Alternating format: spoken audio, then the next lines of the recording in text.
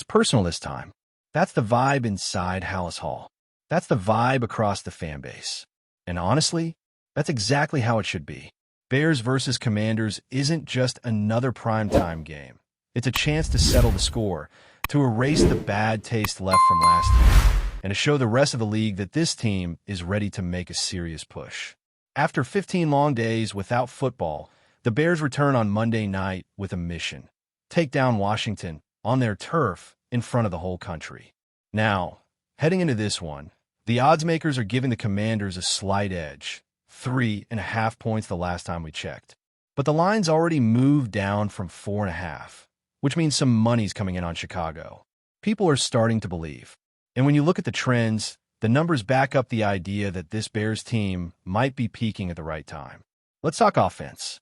Chicago comes into this matchup ranked 10th in scoring offense. That's not a typo. This isn't the same stale unit we saw struggling last season. Caleb Williams has been solid, the receivers are stepping up, and while the run game hasn't been elite, the passing attack has been good enough to make up for it. On the defensive side, sure, the numbers might look a bit shaky on the surface, especially after that 52-point disaster in Detroit. But zoom in a bit, and you'll see a defense that's quietly making key plays when it matters most. How about this? +5 turnover margin. That's tied for 4th in the entire league. 8 takeaways in the last 2 games. Top-ranked third down defense. 6th in third down offense. So while they might be giving up yards, they're getting off the field when it counts. They're flipping the field. They're bending, but not breaking. And in the NFL, that keeps you in games. Washington, to their credit, is no slouch. They're 8th in scoring offense and 11th in scoring defense. Pretty balanced. But when you dig deeper, you start to see the cracks. On third downs, they're 29th offensively. That's a huge red flag. This is a league where sustaining drives is everything, and the Commanders are struggling to stay on the field. That's where the Bears can pounce. If they keep playing elite third down defense, that's a major advantage. Red zone stats? Washington scores a touchdown on over 71% of their red zone trips, 6th best in the league. The Bears are decent in that area, converting just under 64%, but defensively, that's an area they've got to clean up, allowing nearly 65% of red zone trips to turn into touchdowns. That's 23rd in the league and something Washington will try to exploit. Now, let's talk health, because that's where things could shift dramatically before kickoff. For the Bears, Kyler Gordon and TJ Edwards have both been limited with hamstring issues, but are trending in the right direction. If both suit up, that's a massive boost. Darnell Wright's elbow is a bit more concerning. He didn't practice in the lead-up to the bye, and his status is still unclear. If he can't go, that right tackle spot could become a problem. Then there's Grady Jarrett and Colston Loveland. Jarrett's knee kept him out of the last game, and he's yet to return to practice. Loveland's hip seems minor, so chances are good he'll be active. Also, keep an eye on the injured reserve list. Austin Booker and Travis Homer are both eligible to return. Booker especially could help ignite a pass rush that's been mostly invisible this season. On the other sideline, the Commanders are monitoring a few key players of their own. Terry McLaurin is the big one, dealing with a quad and hip issue, but the early reports suggest he's moving in the right direction. The extra day might help him suit up. Noah Brown's groin is something to watch, especially considering what he did in this matchup last year. And then there's Sam Cosmi. If he's out again, that reshuffled offensive line could struggle against a Bears front that's hungry to finally make some noise. Now, let's talk matchups. Coach versus coach. Dan Quinn has the edge. He's been around, took the Falcons to a Super Bowl, and has turned this Washington team into a playoff contender. Ben Johnson, still early in his tenure. There's potential, but experience matters in games like this. Quarterback, it's tight. Caleb Williams and Jaden Daniels are 2 of the most exciting young QBs in the game.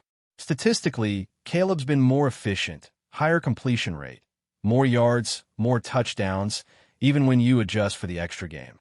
Jaden, on the other hand, hasn't thrown a pick and brings that dangerous element with his legs. It's close, but if we're being honest, Caleb might be playing slightly better right now. But we'll call it a push, because this game could easily swing based on which quarterback steps up in prime time. Offensive weapons? Give the edge to Chicago. Washington runs the ball better, no doubt, but the Bears' receiving core is deeper, more versatile, and just has more ways to hurt you. Even with Terry McLaurin potentially back, DJ Moore, Rome Odunze, and Cole Kmet give the Bears a more balanced and explosive group. And if Colston Loveland is healthy, that only adds another weapon to the mix. Keep an eye on Luke McCaffrey for Washington, though he's starting to flash. Offensive line? It's a push. Injuries on both sides make it tough to separate them. If Darnell Wright plays, the Bears might get the nod. But if Cosmi returns for Washington, that levels the playing field. Chicago's line has been better recently, especially in pass protection, but the run blocking still needs to take a step forward. Let's flip to the defensive side. Defensive line? Washington. And honestly, it's not even that close. Daron Payne is having a bounce-back year. Meanwhile, the Bears' front has been underwhelming. Jervin Dexter has had some moments, but Montez Sweat hasn't lived up to that massive contract. The pass rush has been inconsistent, and if Grady Jarrett can't go, that only makes things worse. At linebacker, Washington again gets the edge. Bobby Wagner and Frankie Louvu are a rock-solid duo. The Bears have had some bright spots. TJ Edwards when healthy, and Tremaine Edmonds has shown flashes, but overall, it's not a group that has consistently dominated. With Edwards just coming back, the Commanders' unit feels more dependable right now. But in the secondary, that's where the Bears shine. Even without Jalen Johnson, this group has been playing at a high level. Tariq Stevenson is growing into his role. Kyler Gordon coming back is huge, and the safety duo has quietly been one of the more solid in the league. Washington's secondary, on the other hand, has been inconsistent. They've been giving up plays, and if Caleb Williams is clicking, that's a group that can be exploited. Special teams? Let's call even. The Bears have the edge in kicking and punting. Cairo Santos has been reliable, and their punter's done a nice job flipping the field. But Washington has better return units, so overall, it balances out. Now, let's shift into the emotional side. Because this isn't just another regular season game. This is about revenge. About last year. About what went wrong and how that loss to Washington spiraled into something worse. This is a moment where the Bears have to bring maximum intensity. No excuses. Coming off the bye, 15 days to rest, prepare, refocus. You've got everything you need to come out swinging. The emotional fuel is already there. What matters now is execution. You can walk into the stadium angry, motivated, ready to run through a wall, but if you don't handle the fundamentals, none of it will matter. This game is going to be decided in the trenches and specifically in the run game. That's where the Bears have to step up. Because let's be real, the numbers are ugly. Chicago's run game ranks near the bottom of the league in efficiency. Less than 3.5 yards per carry from the running backs? That's just not going to cut it. And the worst part is they're not even consistently committed to it. There are flashes, moments where it looks like they're figuring it out, but it never fully materializes. And against Washington, that's a problem. Because this Commanders team, they're the #1 rushing offense in football. That's not just scheme or luck. That's execution and physicality. They don't care who the running back is. Eckler goes down, no problem. Ja'Cory Krosky-Merritt steps in and runs like a man possessed. The offensive line opens holes, and the backs hit them without hesitation. That's the kind of consistency that wins games in December and January. And if the Bears can't match that intensity, can't at least hold their own in that area, they're going to get bullied. Because when you're getting gashed on the ground, it sucks the life out of your defense. It eats the clock. It limits your possessions. It puts pressure on your quarterback to be perfect. And no matter how talented Caleb Williams is, he's still a rookie. Asking him to be Superman every week is not a sustainable formula. That's why the Bears' defense has to find a way to hold the line. They don't need to shut Washington down. Let's be realistic, but they do need to keep it respectable. You can't be outgained by 150 yards in a run game again like they were against the Raiders and expect to walk away with another miracle. That's just not how it works when you're facing a team that's actually playoff caliber. And make no mistake, Washington is. If the Bears can keep that rushing gap within 50 yards, just make it manageable. That gives them a real shot to win. Now, On the other side of the ball, there's a clear opportunity. Washington's secondary has been shaky. They've had coverage busts, missed assignments, and guys just getting beat in one-on-one matchups. Marzon Lattimore, once one of the league's elite corners, just hasn't looked like the same guy. You see flashes, but he's not sticking to receivers the way he used to. Trey Amos, the rookie, has had some good reps, but also some bad ones. And then you've got Mike Sanders, who's being asked to do too much. He's better in the slot, better when he can freelance and move around. But when he's forced into boundary coverage on base downs, he becomes a target. This is where Caleb Williams needs to shine. His deep ball has been accurate. His timing with Romo Duns is improving every week. And now, with DJ Moore potentially getting more single coverage, the matchups are right there for the taking. Moore is the kind of player who doesn't need 10 targets to make a huge impact. Give him 6 or 7 quality looks, and he can flip the game. We saw what he did to Washington the last time around. And while that was with a different quarterback and under different circumstances, the potential is still there. This is a guy who should be over 100 total yards in a game like this. Get him touches early. Let him settle in. Build rhythm. Let the defense start guessing. Is it going to Moore? Is O'Duns going over the top? Is KMET sneaking across the middle? That's when the Bears are at their best, when the ball is moving around and defenders don't know where the next hit is coming from. And speaking of defenders, the Bears need to force Jaden Daniels to prove he's 100%. We're not talking dirty hits or anything like that, but challenge him. Make a move. Test the mobility. Against the Chargers, he didn't look like his usual self. Still made some plays, sure, but there was hesitation in his running. That knee brace? It's not just for show. Whether it's conscious or not, it changes the way a quarterback plays. Maybe he doesn't take off as quickly. Maybe he's not as confident cutting back. Maybe he pulls up early instead of fighting for an extra yard.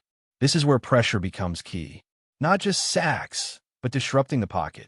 Blitz him from different angles. Make him uncomfortable. Force him to roll out and throw off platform. And when he does run, make him feel it. Clean, legal hits. Remind him that his body is still healing. You don't need to knock him out of the game.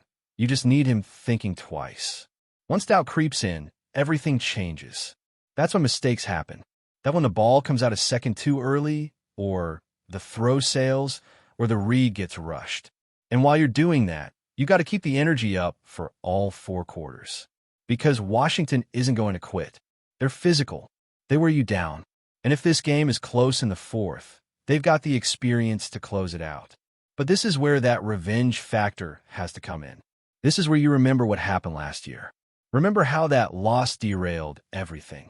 Remember how it exposed cracks in the foundation. That can't happen again. Not this year.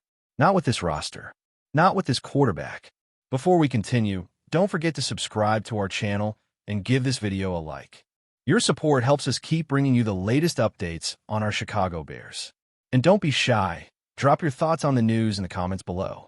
In an astonishing turn of events that has left the NFL world in disbelief, whispers around the league suggest that Patrick Mahomes, the Kansas City Chiefs star quarterback and reigning MVP, might be swapping his iconic red and gold for the navy and orange of the Chicago Bears.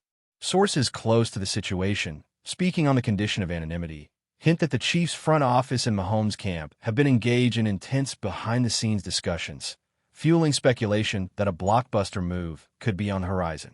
Mahomes, known for his laser-accurate throws and ability to turn broken plays into highlight reel touchdowns, has been the face of the Chiefs dynasty, leading them to multiple AFC championships and a Super Bowl title. His potential departure would undoubtedly send shockwaves not only through Kansas City, but across the entire league.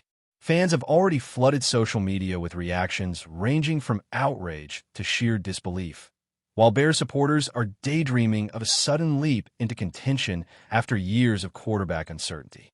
The Chicago Bears, historically a team with a proud legacy but recent struggles, would instantly transform into a playoff-caliber contender with Mahomes under center. Sources suggest that the Bears' front office has been quietly exploring avenues to create salary cap space, signaling that they might be preparing for a move that few could have imagined just months ago. Mahomes' rumored willingness to consider the Windy City has fueled the frenzy, with insiders hinting at a personal connection to the franchise's ambition to return to NFL prominence. While no official announcement has been made, the mere possibility of Mahomes donning the Bears' colors has sent pundits into a tailspin, debating everything from offensive schemes to locker room dynamics. Could the Chiefs withstand the loss of their prodigious quarterback, or is this just another case of a rumor spiraling out of control? For now, the NFL world waits with bated breath, eyes glued to every press conference, every cryptic social media post, every hint that this sensational story might become reality. If it happens, it won't just be a transfer. It will be a seismic shift, a moment that reshapes not only two franchises, but the entire landscape of professional football. Patrick Mahomes in Chicago. The NFL may never be the same. That's it for this update.